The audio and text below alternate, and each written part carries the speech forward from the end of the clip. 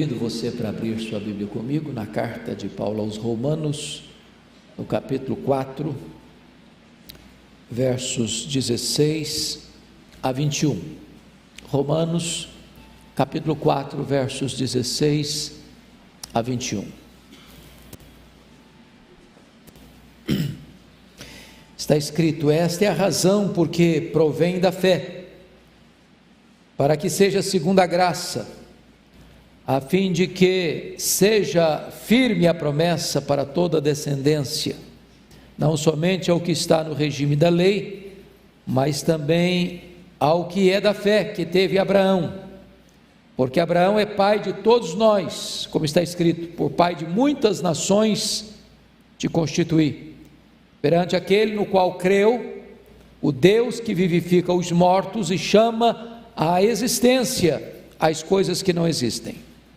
Abraão, esperando contra a esperança, creu, para vir a ser pai de muitas nações, segundo lhe foi ou lhe fora dito: assim será a tua descendência.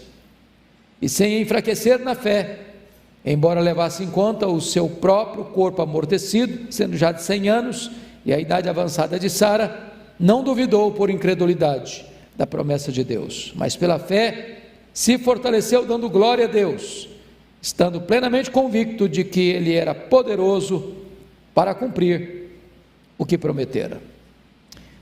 Eu queria pensar um pouco com vocês sobre o tema: tenha paciência, Deus está no controle.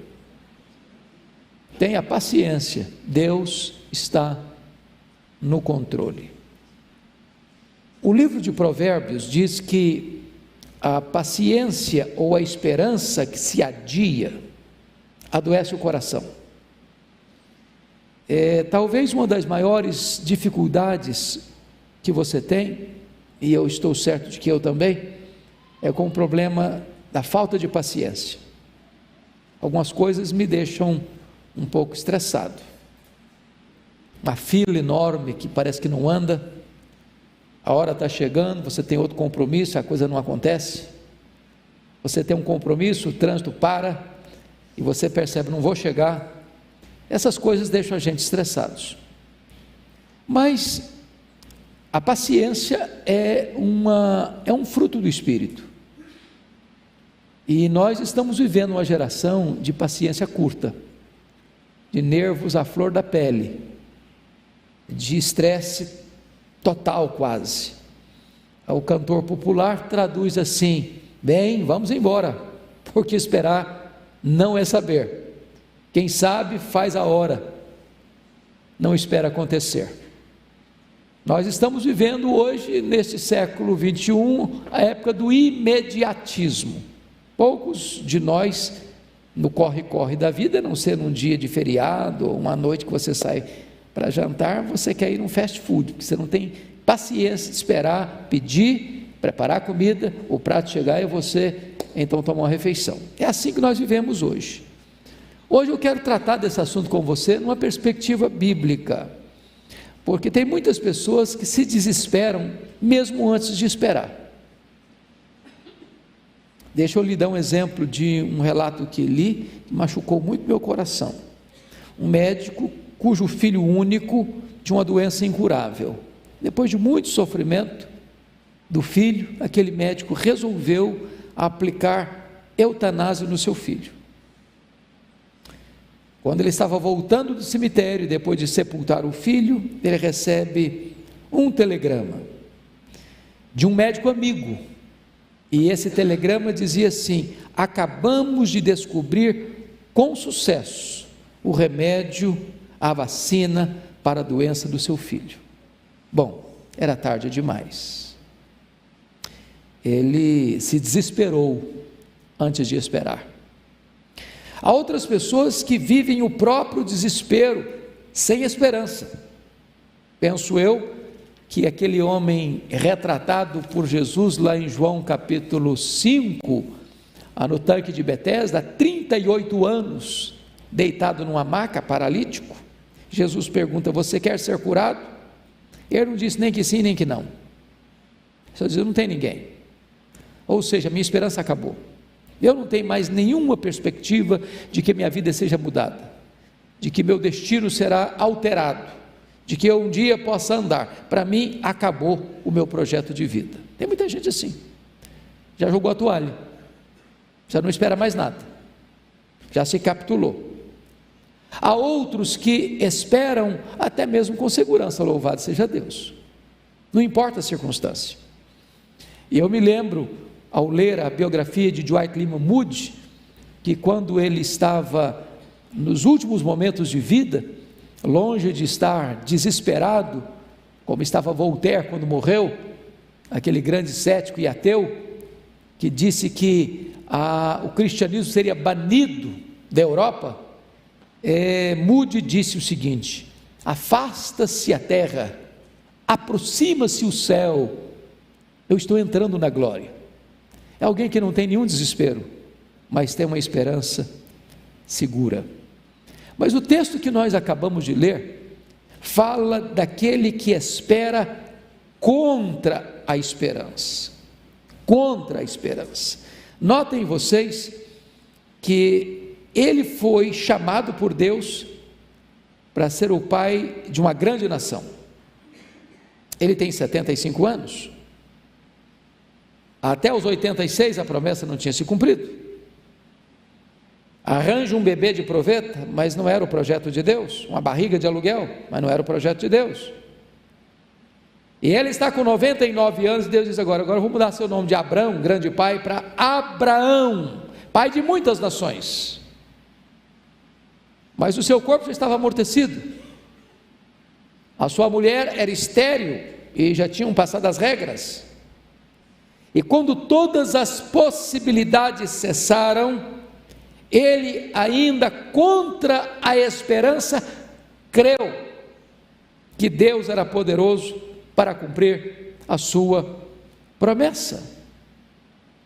Entender que Deus está no controle, mesmo quando você perdeu o controle. Entender que Deus tudo pode, mesmo quando você nada pode. Entender que Deus realizará o que prometeu, ainda que as evidências pareçam o contrário, é o grande desafio da nossa vida. E eu queria, nesse momento aqui, examinar essa questão da esperança contra a esperança, de esperar contra a esperança, na vida desses três patriarcas, Abraão, Isaque e Jacó. Vejamos em primeiro lugar, só pode ter uma esperança que não se desespera aquele que crê no Deus dos impossíveis, e este é Abraão. Notem comigo algumas coisas. Primeiro, ele começa a peregrinar e a ouvir a palavra de Deus quando ele tinha 75 anos de idade. Bom, com 75 anos de idade, você está pensando, e eu também, em dar uma retirada, não? Em repaginar a sua vida, falar: Senhor, eu já trabalhei, agora eu quero também dar uma parada um pouquinho, ou talvez selecionar um pouco, isso aqui eu não vou fazer, vou me dedicar àquilo outro, aquilo que eu mais gosto, que me exige menos. Não é assim que a gente planeja a vida? Talvez uma casa na montanha, ou talvez uma casinha na beira do mar, ou talvez uma rede de balanço, ou talvez eu quero viajar um pouco, ou eu quero descansar um pouco. Com 75 anos você está pensando em pendurar chuteiras, mas na verdade com 75 anos Deus estava começando um novo e um grande e um inédito e um extraordinário projeto na vida deste homem. É muito importante isso. Então eu quero dizer para você que não há tempo, não há hora, não há idade para Deus chamar você, para Deus começar um novo projeto na sua vida. De repente você é um Caleb que com 85 anos tem terra para conquistar, tem horizontes para alcançar, tem sonhos para ver cumpridos, tem desafios a ser realizados. Pense comigo no que escreveu o profeta Joel, que ao ser derramado o Espírito Santo, os velhos sonharão. E é claro que quando está dizendo que sonharão, não está falando que comeu bastante e vai ter sonho de noite, não é isso não. Sonharão no sentido de que terão projetos, porque uma das marcas da velhice é que quando a gente vai ficando com os cabelos brancos, a gente começa a vangloriar-se ou a ficar assim, muito encantado com as vitórias do passado, a gente começa a contar o passado. Mas quando você está cheio do Espírito Santo, você começa mesmo na velhice, planejar, sonhar, esperar coisa grande para o futuro. É isso que o texto diz. Por exemplo, Winston Churchill tornou-se primeiro-ministro da Inglaterra aos 70 anos e liderou a Inglaterra na sua maior crise na Segunda Guerra Mundial, evitando que aquele país naufragasse pela invasão dos inimigos. Então, não pense em se retirar da luta, não pense em aposentadoria. Aliás, não tem aposentadoria no reino de Deus. Você se aposenta do trabalho, da sua profissão, no reino de Deus não. Então tem projetos de Deus para a sua vida aí, porque Abraão começou com 75. Então vamos lá, segundo ponto. Abraão é constituído pai de muitas nações sem ter um descendente. Isso me impressiona muito, porque Deus mandou sair da sua terra, do meio da sua parentela, e disse: olha, em ti serão benditas todas as famílias da terra, você será pai de grandes multidões, de grandes nações. E ele chamava Abrão, grande pai. E alguém pergunta: você é um grande pai, mas quantos filhos você tem? Não tenho filho ainda não, mas eu sou um grande pai. Já pensou que coisa curiosa? Olha o bullying que ele ia sofrer. Aí com 99 Deus muda o nome dele, nome mais audacioso, acrescenta um A, agora não é Abrão, agora é Abraão. E Abraão significa pai de grandes nações. Aí eu imagino o Abraão, já quase de bengala, andando. E aí você mudou o nome, foi no cartório, mudou o nome, mudei o nome. E aí para que não você mudou? Agora eu não sou mais grande pai, agora eu sou pai de uma grande multidão. E aí quantos filhos? Não tem ainda não. E a sua mulher? Minha mulher é estéril. Vai dar, está com 90. Já também não tem regras mais não. Você já parou para pensar que ele creu contra a esperança? Tem hora que o fato de você crer pode fazer você alguém motivo de chacota, de piada. Parece que tem hora que crer é sinônimo de loucura.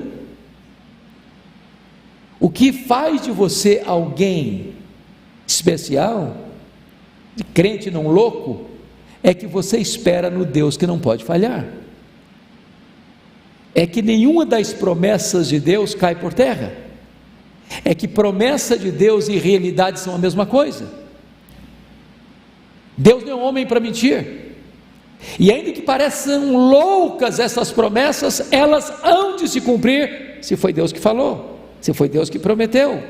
E como Deus prometeu, Deus cumpriu na vida do Abraão.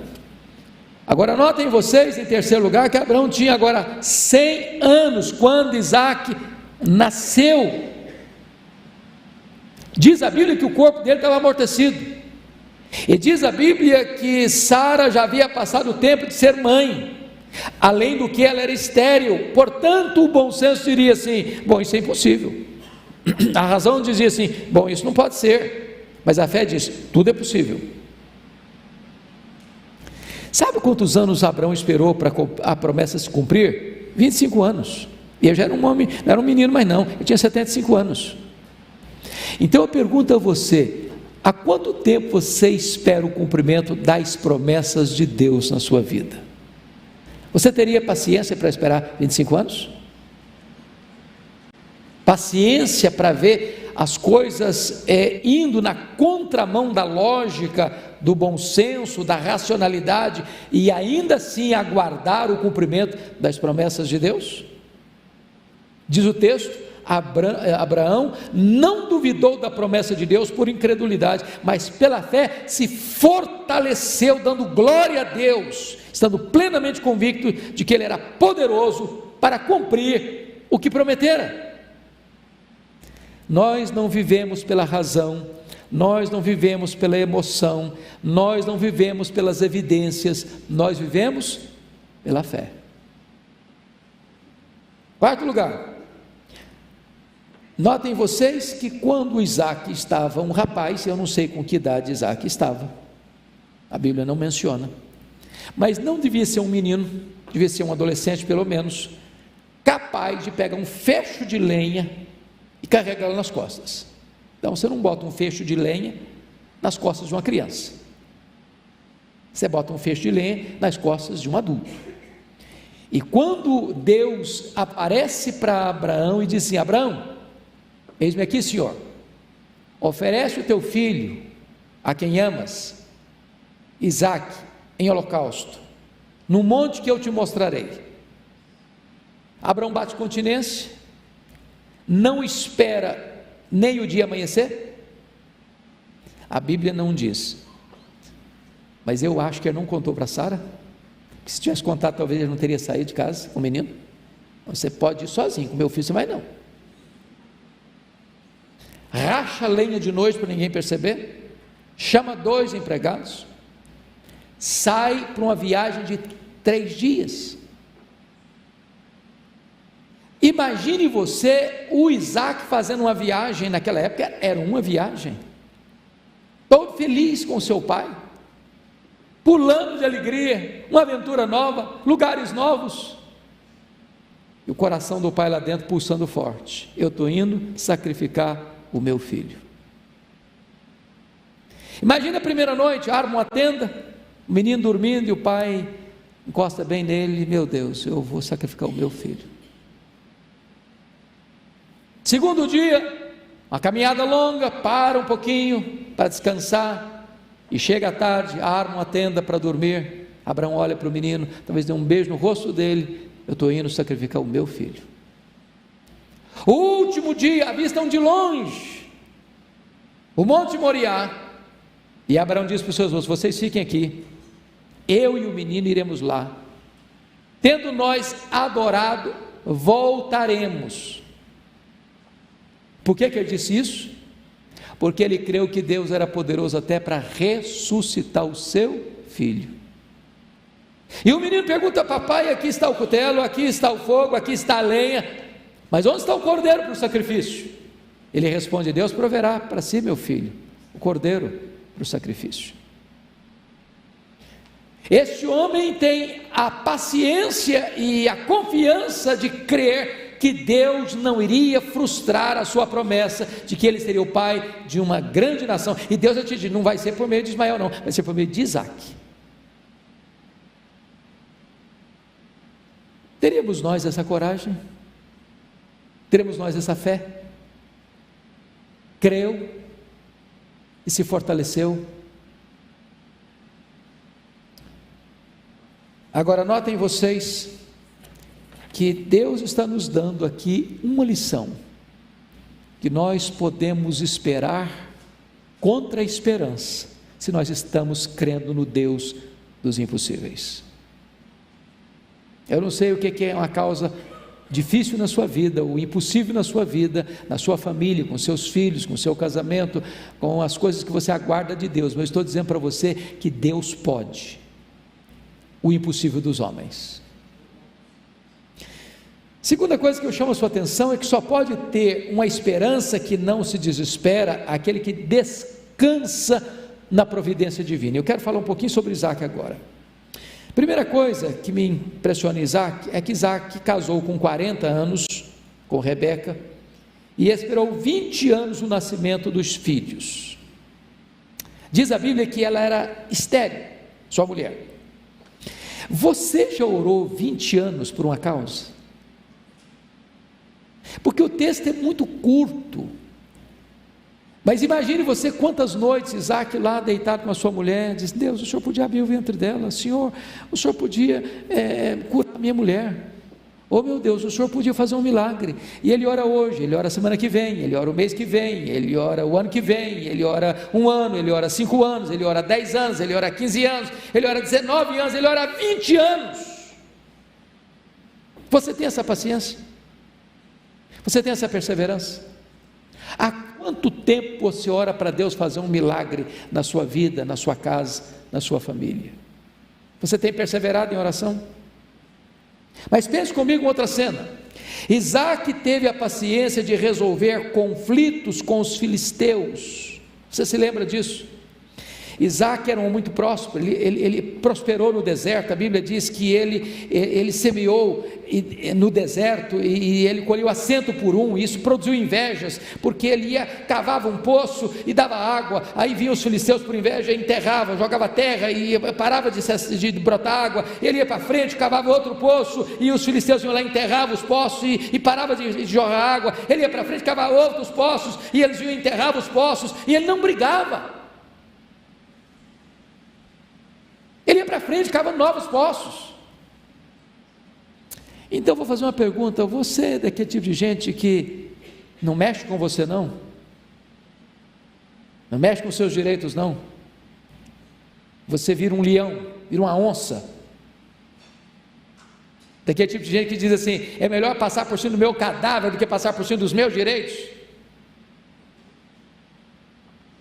Você tem a paciência de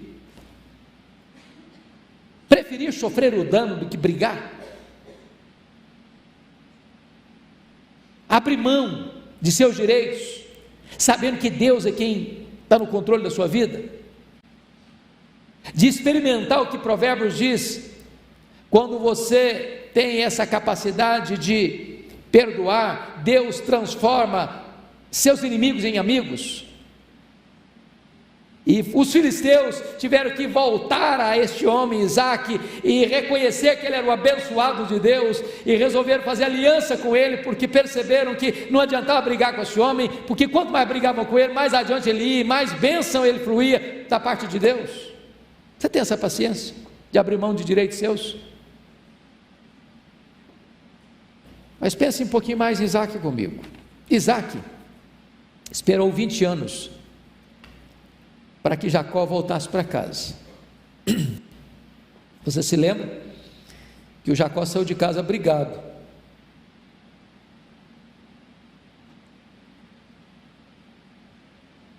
Depois de trair o pai, depois de enganar o irmão, e depois do irmão, Esaú falou o seguinte: meu pai vai morrer logo, e não morreu logo coisa nenhuma, e eu vou matar meu irmão.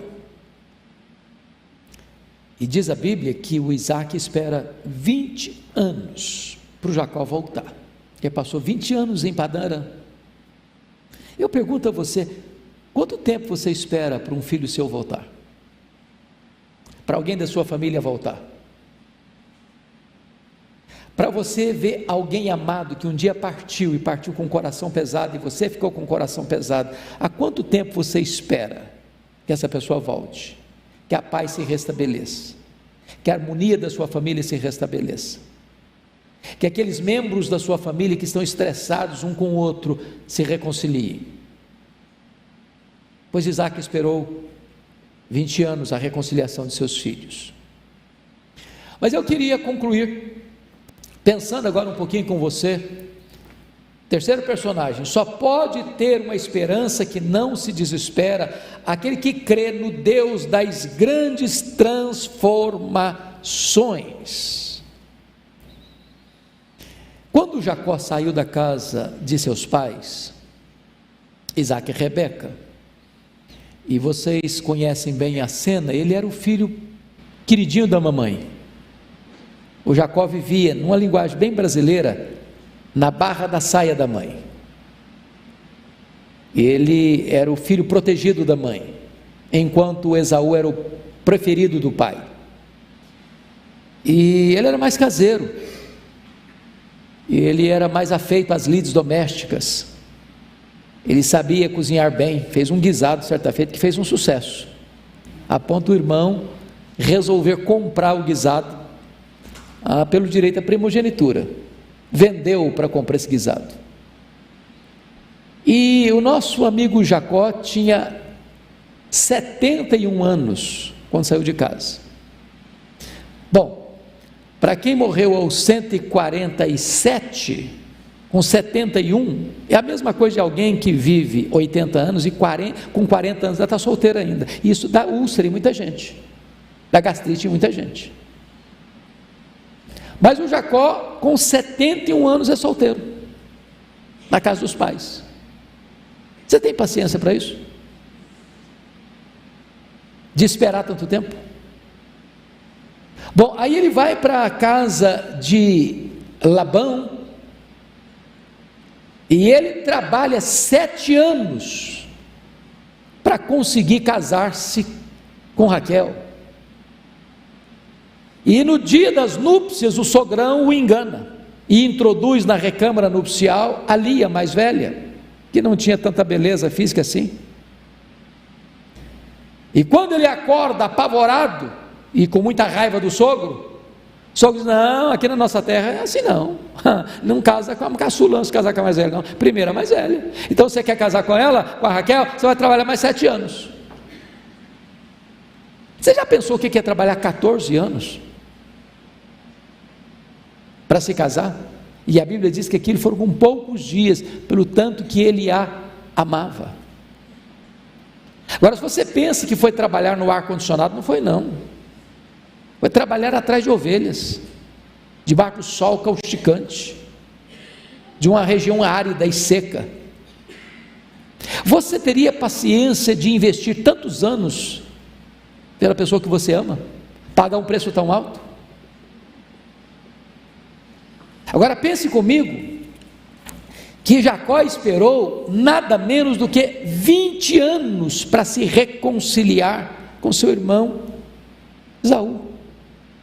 Meus irmãos, eu fico imaginando que cada dia que passava, aquilo passava na mente dele: meu Deus, como é que vai ser minha volta? Como é que vai ser minha volta? Meu irmão está com raiva de mim, meu irmão quer me matar, e lá naquela época não tinha carta, naquela época não tinha telefonema, naquela época não tinha contato, ele não sabia como é que estava o coração do irmão dele. Tanto é que no momento do encontro, ele toma as devidas precauções para que seu irmão não mate a família dele. 20 anos para se reconciliar, 20 anos para retomar a vida familiar, 20 anos para experimentar a graça de Deus restauradora na sua família. Agora pense mais comigo. Jacó chorou 22 anos por José. José tinha 17 anos quando foi vendido para o Egito. José ficou 22 anos no Egito até mandar chamar sua família. Jacó espera dos 108 anos aos 130 anos, talvez chorando todo dia pelo filho. Pensa comigo em quanta paciência. Até que Deus, por sua graça, fez o seu filho reviver diante dos seus olhos. E eu hoje faço uma pergunta para você que está aqui: há quanto tempo você espera o renascimento dos seus filhos diante dos seus olhos? Há um ditado popular que diz que a esperança é a última que morre. Para muitos a esperança já morreu, mas se você crê no Deus de Abraão, no Deus de Isaac e no Deus de Jacó, você pode ter a esperança que não se desespera, porque aquele em quem você espera é o Deus que vivifica os mortos, é o Deus que chama à existência as coisas que não existem, que faz com que a mulher estéril seja alegre mãe de filhos, que pode o impossível. Então, faça como Abraão, espere em Deus. Mas ainda que contra a esperança, espere em Deus. Talvez hoje, aquilo que mais faz você chorar, vai ser o motivo da sua maior alegria amanhã. Talvez o filho, a filha que hoje mais traz angústia e dor ao seu coração, vai ser aquele ou aquela que vai trazer mais alegria à sua alma. Há duas coisas que Deus não pode falhar, irmãos. Primeiro, Deus não pode falhar quanto a si mesmo. Segundo, Deus não pode falhar com respeito às suas promessas. Então espere em Deus.